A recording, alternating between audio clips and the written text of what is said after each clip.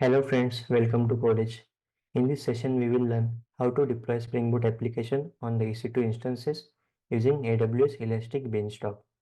Also, we are going to set up MySQL using AWS RDS service, which we will use as a backend database for our application. Here we will create a simple Spring Boot application. We will develop an application to store exchange rates in MySQL database. Exchange rates are nothing but conversion rate of source and the target currency at a particular date, and these rates will get stored in the exchange rate table, and table will contain columns like source currency, target currency, amount, and the last updated date. So this is the architecture diagram for our application deployment. So we will have EC2 instances managed by autoscaling group, and we will deploy our microservice in this EC2 instances. EC2 instance will have security group, which will allow traffic only from the application load balancer. So we are going to monitor EC2 instances using CloudWatch service, and it will have CloudWatch alarms so that based on the monitoring metrics, it will scale in or scale out number of EC2 instances. Then we are going to set up MySQL database using AWS RDS service, and our application will use the database to store the records. After that, we will have application load balancer, which will get request from the user. It will also have security group, which will allow all the traffic from the internet. Then based on the configured listener, it will forward the user request to the particular EC2 instance and then to our application that is deployed in the EC2 instance. And this whole setup will get configured by the Elastic Beanstalk. So we are not required to set up all these components manually. So let's move on to the demonstration. So first let's quickly create a Spring Boot application. For that I am using Spring Initializer. So our application name will be Spring MySQL Beanstalk. I am giving same name in the artifact as well. So build system I am using as a Gradle, and the JDK version I am using as a 17. And let's add dependency for our application. So first dependency for the REST API, so that will be Spring Web. Next dependency we will add for the JPA. Then the next dependency that will be for MySQL. So this will be for the MySQL driver. And last dependency we will add for the Lombok. Let's click on the generate. So our application template is generated. So let me open it into IntelliJ. So let's open the build.gradle file. And here just remove these versions. So we are not required to create versions for our jar. Then these are the dependencies added by the Spring Initializer. So first dependency for the JPA, then this dependency for the REST APIs, this is for the Lombok, and this is for the MySQL driver. Now let's quickly create our application code. So let's create a model class for our application. So class name will be exchange rate, and let me copy paste code for it to save some time. Okay, so this is the code for the model class. So what I'm using here, I'm using two annotation, that is getter and setter, that will come from the Lombok library. So it will automatically generate the getter and setter for our application. So next I am using table annotation, which will create a table with the name exchange hyphen rate in the database. Then these are the fields that I am using for creating a table or storing the data into the table. Okay, so first field is a transaction ID, next is the source currency, target currency, amount, and the last updated date. Now next we will create a repository to talk with the database. So let's create a new class here. So class name will be exchange rate repository, and code will look something like this. Okay, so what I'm doing here, I have created an interface and I am extending the JPA repository, and for which I am using parameters, exchange rate, and the integer. So this integer will be unique ID, that will be transaction ID from this exchange rate table. Okay, and here I have added a new method, so it will find the source currency and the target currency based on these two parameters, and it will return the exchange rate from the table. Okay, now next we will add the service class to talk with this exchange rate repository. So let me create a new class. Class name will be extended service class.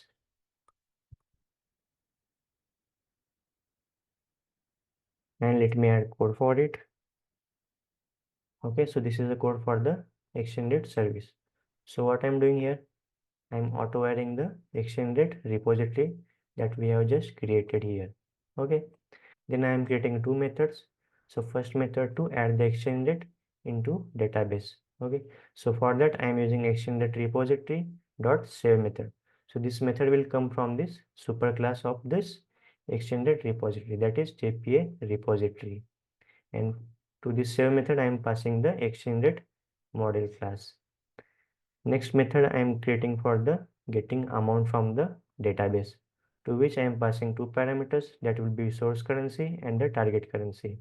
And here I am using the extended repository find by source currency and the target currency, this method that we have created in the extended repository. And here I am passing the same parameter, that is source currency and the target currency. And this method will return the extended from the database. So here I am checking one condition. If the rates returned from this method is null, in that case it will return the 0. Otherwise it will return the actual rate from the database. Okay. Next we will add the controller class in which we will create the REST API. So let me create a new class. Class name will be extended controller.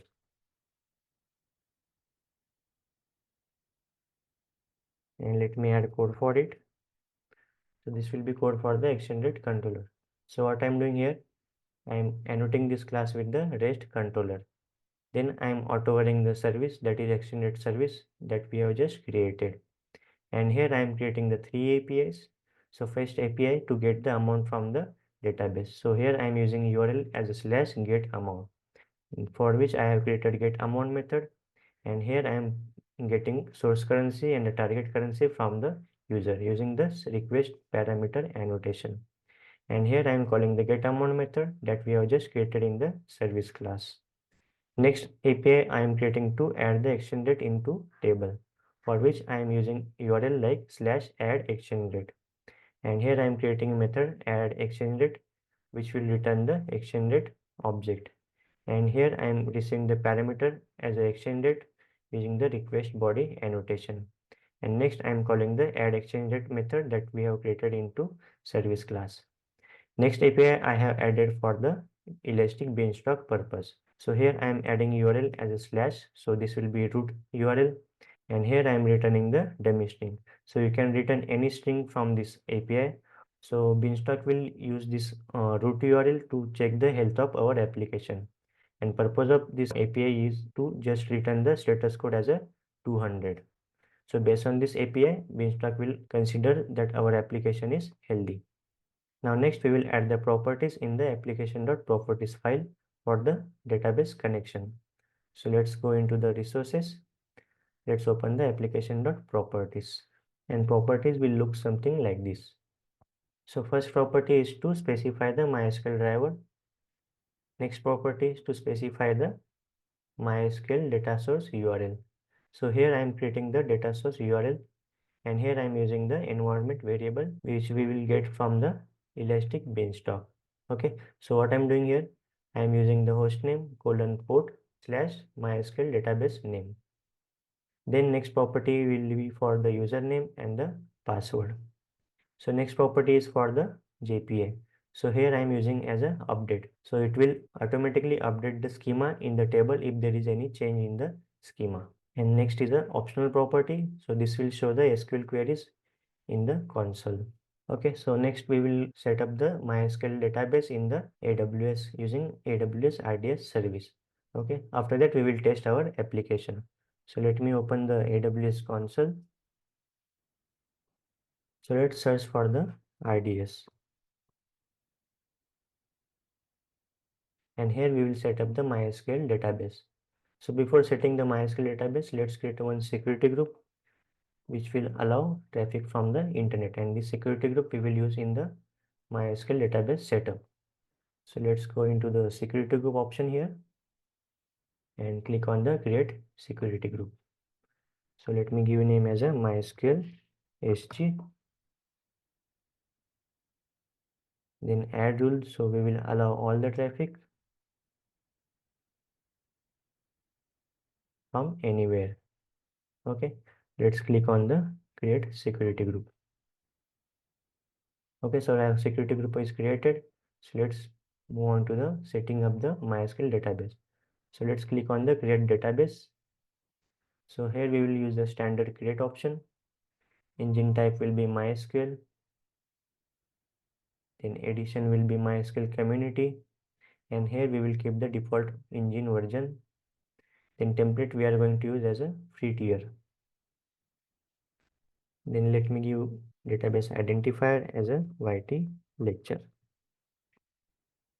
Next is a master username. I am giving as a root. So you can give any name as per your requirement.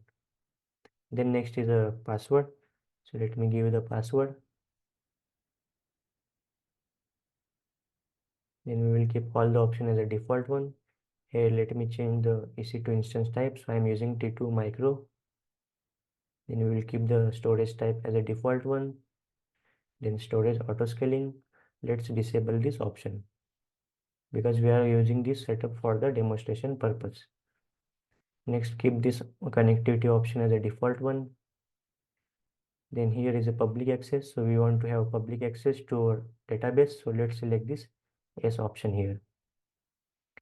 Next option is for the security group. So let's search for the security group that we have just created. So we have created MySQL SG. So let's select that one. Then availability zone we will keep as a no preference. Then let's click on the additional configuration. So this will be database port for our MySQL database. Then database authentication. So you want authentication using the password.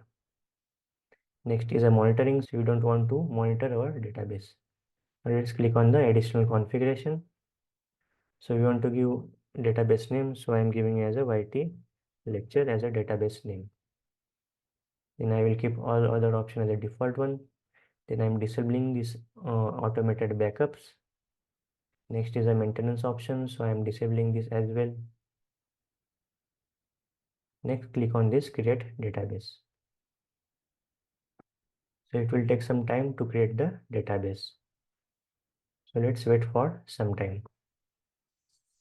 Okay, so MySQL database is created. So let's click on this identifier name here. And here you will find the endpoint that is host URL for the database. And this is the port for the database. And if you click on this configuration option, here we will find the more detail about the database. So this is the database name that is YT lecture. This is the identifier and these are the other details. Okay, so let's test our application using this database. And here we will run the application using this main class. Okay, so if you run the application now, it is going to fail. Okay, because it required the database connections. So let's click on this configuration option here. Click on the edit configuration. So we are going to pass this environment variable while running our application from this IntelliJ. So let's click on this edit configuration here. And let's click on this environment variables option here. And let's add the environments variable. So first environment variable is MySQL hostname. So let's add that property MySQL hostname and value will be, let's copy from the AWS console. So that will be in the connectivity and the security option. And let's copy this endpoint. Next variable will be MySQL port. And value will be 3306. Next property for the MySQL database name. And database name is YT lecture. The next property for the username and the password. So username I have given as a root and the password.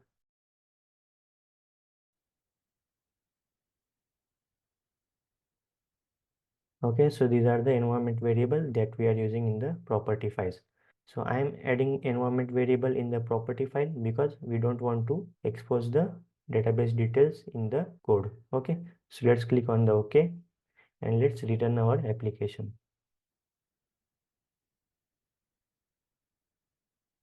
Okay, so our application is starting now. So it has started the application successfully, and if you see here, it has created the table with the exchange hyphen rate. Now let's connect the database using the MySQL client. So here I am using dbware as a MySQL client. So you can use any MySQL client as per your requirement. So let's click on this new connection option. Select the MySQL, click on the next, and hostname will be, let's copy it from the AWS console. Then database name will be YT lecture. Username will be root, and let me copy the password, and let's click on the test connection. Okay, so our connection is successful. So let's click on the finish, and let's expand this option here. Okay, so this is the database that we have created, and let's select the data from our table.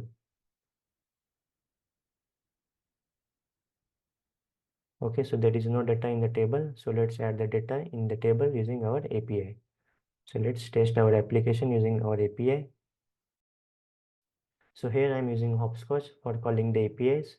So you can use any tools as per your requirements. So to add the records in the database, we have created the API. So API was this one. Okay, so add exchange date, and request type is post, and let's add the body. So here we are going to send the exchange rate in the request body. So content type will be application/JSON, and request body will look something like this. Okay, so here I'm passing the source currency as a USD, target currency as a AUD, and the conversion rate is 1.53, and last is a last updated date. And let's call this API. Okay, so record is added successfully. So let's call the API to get the record from the database. So URL will be like this. So this is the API to get the amount from the database, for which I am passing source currency as a USD and target currency as a AUD. So let's click on the send. And here we are getting the data from the database. So let me open the MySQL client, and let's select the table. Okay, so we can see record is updated in the database. Okay, so our application is ready to deploy in the Beanstalk. So let's go into the AWS console, and we will deploy our application. So before that, let's create a jar for our application. So let me open the IntelliJ. Let's stop the application, and let's build the jar. So command will be /w clean assemble. So I'm using assemble because I don't want to run the test. Otherwise, it is going to fail because it will not get the values from the environment variable. If you want to build the application with the test, in that case, you can pass the environment variable with this build command. Okay, so let's execute this command. Okay, so it has created the jar. So if you go into the build folder, and in the libs, it has created the jar for our application. Now let's go into the AWS console and search for the Elastic Beanstalk. So let's open the Elastic Beanstalk, and let's click on the create application. So here environment here I am going to select as a web server environment, and the application name I am giving as a Spring MySQL demo. Then the environment name will be the same, that will be Spring MySQL demo environment. Then domain name, so here you can keep this domain as a blank, it will get generated automatically, or you can specify the new domain name. So here I am giving domain name as a Spring MySQL, and let's click on the check availability. Okay, so this domain is available. Then platform type, we will select the managed platform, and it will be of the type Java. Then next, platform branch, so here I am using kodEdge 17, and I will keep the platform version as a default one, and here we will need to select the application code. So let's click on the upload your code. Let's give the version for our application, so I am giving as a 1.1. So here two options to upload the jar. So first option is using the S3 bucket. So you can upload your jar in the S3 bucket and you can give the S3 URL here. Okay, but here we will use the local file option and we will upload the jar directly. So click on the choose file here. Okay, so this is our application directory, and from here we will go into the build folder in the libs, and this is our application jar. So let me select this jar. Okay, so our jar is uploaded. So next option is to select the configuration of presets. So here I am selecting as a high availability. Click on the next. So this is the section for the service access. So here we will create a new role for the beanstalk, and the role name will be AWS Elastic Beanstalk Service Role. Next option is for the EC2 key pair. So we are not going to connect to our EC2 instance, so I am keeping it as a blank. So here we will require to create a new EC2 instance profile. Okay, so let's search for the IAM here.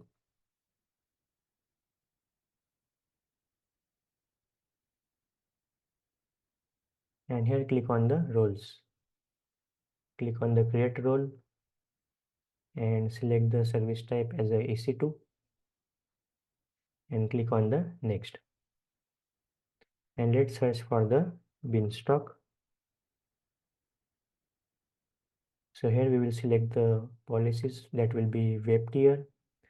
Then for the worker tier, next policy we will select multi-container Docker, and one more policy we will select that will be for SSM Parameter Store. So I will explain later why this policy is required. So let's select this SSM, Amazon SSM read only access, and let's click on the next.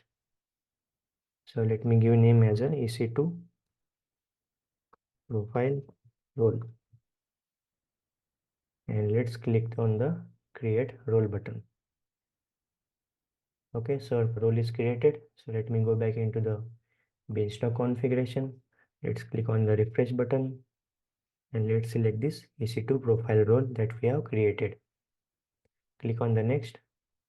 So this is a section for setting up the network database configuration. Okay, so we will keep VPC as a default one here. Then instance setting we will keep as a default one. Then here we are not going to create database using the beanstalk. So we have already created the database, so we will use that one. So we are not requiring any tags, so we will skip these steps and click on the next button. So here we are required to set up the instance traffic and the scaling options. So this will be a root volume configuration. So I am keeping this as a default one. Then here it will configure the CloudWatch alarms and the monitoring. So monitoring interval, it will be 5 minutes. Then I will keep security group option as a default one. These are the configuration for the auto scaling group. So environment type will be load balance. So here I am selecting the maximum instance that will be 2. Then fleet composition I am keeping as on-demand instances. Here instance type will be T3 micro and T3 small. So I'm keeping as a default one. So these are the configuration to set up the CloudWatch alarms. So I'm keeping it as a default one. You can configure as per your requirement. So this configuration will get used by the CloudWatch alarm, and based on the CloudWatch alarm or CloudWatch matrix, auto scaling group will scale in or scale out the EC2 instances in the auto scaling group. Next is the option is for the load balancer. So I'm selecting the application load balancer that will be dedicated. Then this is a listener for the application load balancer. So it is going to listen on the port 80. Then I am keeping other option as a default one. I don't want to store the log files, so I am keeping this option as a default one, and let's click on the next button. So this is a configuration for the monitoring. So I am selecting as a basic one here. So I don't want to activate the manage updates here. So this is the configuration for the email notification. I am keeping as a blank. Then this is a rolling update and deployment section. So whenever you upload the new version or new jar into the Elastic Beanstalk environment, these are the deployment policies will get used by the Elastic Beanstalk. So here I am selecting all at once. So I am going to create a separate video to explain these deployment policies and how these policies work in the background. So for now, just select the all at once. And let's select the configuration update. So rolling update type will be deactivated. Then deployment preferences. So ignore health check. So we want to check health of our application. Then this is a health threshold, that will be okay. And I am keeping all other option as a default one. And here we will add the environment properties for our database connection. So let's click on the add environment property here. So our first property was to give the database host name. So property name was MySQL underscore host name. And let's copy the database host name from the database section. Next property is to add the port. So port was 3306. Next property is for the database name. Database name was YT lecture. The next property is for the username. Username was root. The next property is for the password. Okay, and let's click on the next. So this property is going to use by the application.properties file. Okay, so this is the summary of our configuration. So let's click on the submit button here. So Beanstalk is launching the environment. So at the background, it uses the CloudFormation service. So if you search for the CloudFormation, so here you can see the all the events that is happening in the background. So if you click on these events, here you can see the all the events that is happening in the background. So you can see it has created the auto scaling group, then it has created the security group. Then if you click on the resources, here you can see the what are the resources getting created in the background. Okay, so it is creating the application load balancer, then the target group for the load balancer, security group, then this is the auto scaling group. Okay, so you can see all the events that is happening in the background here. So let's wait for some time till the environment is getting created. Okay, so our environment is launched successfully. So you can see all the logs here as well. So you can see the instance is added in the environment. Then you can see the load balancer is created. Then you can see the CloudWatch alarms are created. Now if you go into the EC2, let me search for the EC2. Here you can find the instances. So this is the instance created for our application and it is deployed in this instance. Then you can see the security groups here. So these are the security group created by the Elastic Beanstalk. Then let's go into load balancer. So this is a load balancer created by the Elastic Beanstalk, and this is the target group. And if you go here, and here you can find the EC2 instance that is managed by this target group. And if you click on the auto scaling group, so this is the auto scaling group created by the Elastic Beanstalk, which have desired capacity as a 1 and maximum capacity as a 2. Okay. Now if you search for the CloudWatch, and let's go into CloudWatch service. And here you can find the alarms that is created by the CloudWatch for the auto scaling group. Okay, now let's go back into the Elastic Beanstalk. And if you want to see the logs for your application, you can click on this log section here and click on the request log and last 100 lines. Okay, let's click on this download option here. And here you can find the logs for your application. So the application is running on the port 8080, but by default Beanstalk use the port 5000. So we will require to add the new environment variable with the port as a 5000. So let me go into the configuration here.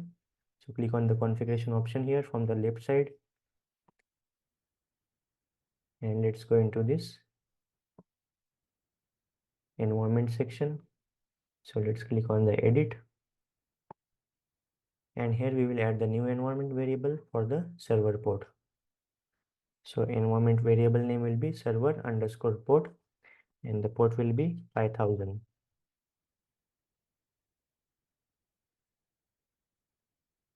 Okay, so environment is getting updated. So let's wait for some time.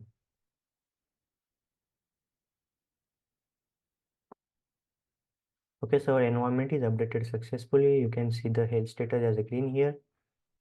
Okay, we will test our application now. So let's go into the EC2 and we will copy the application load balancer URL. So let's go into the load balancer section here. Click on the load balancer and let's copy this DNS name. And if you call this URL, it will return the health status as a up. Okay, because we have added that API in the controller, right? Now let's call our ExchangeDates API. So let me copy this URL and let's test our API from the API tool. So let me replace this URL with the application load balancer URL, and API will be add exchange rate. And let me change the target currency as a EUR, and let me change the amount to, let's give amount as 0.93, and let's click on the send button. Okay, so it has added the record in the database. So let's call the get amount API.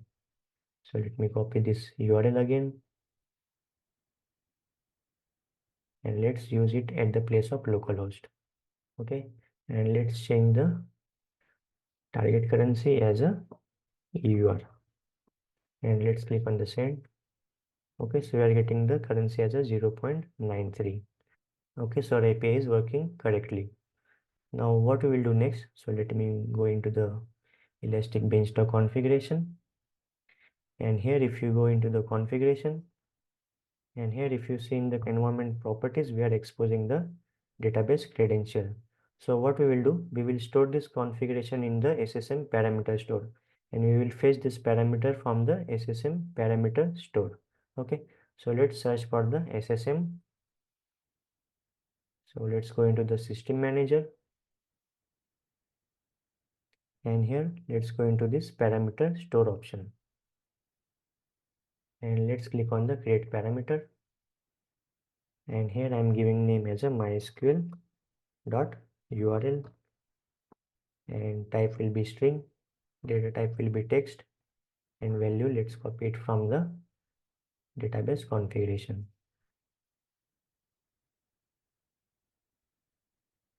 Let's create the parameter. Okay, let's add the new parameter for the username.